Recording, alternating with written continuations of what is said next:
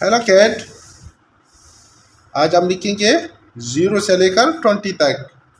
1 2 3 counting number. क्या है ये है हमारे काउंटिंग नंबर और ये है हमारे आज के कलर्स। क्या है बच्चों? ये है हमारे आज के कलर्स। सबसे पहले कलर नेम। ये है ब्लैक कलर, ये है लाइट ग्रीन कलर, ये है डार्क ग्रीन कलर, ये है पिंक कलर, ये है ऑरेंज कलर, ये है येलो कलर, ये है पर्पल कलर, ये है रेड कलर, ये है ब्राउन कलर और ये है वायलेट कलर। 0 0 1 1 2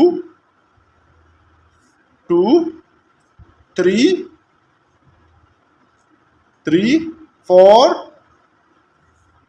4 5 5 6 7 8 9 10 1 0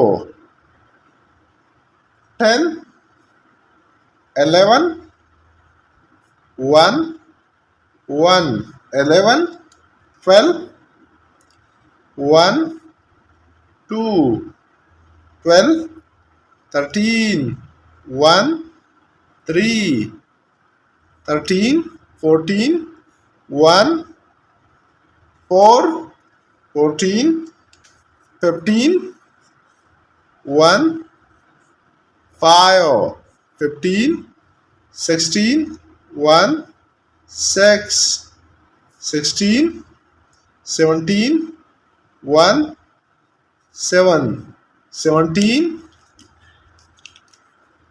18 1 8 18 19 1 9 19 20 2 0 20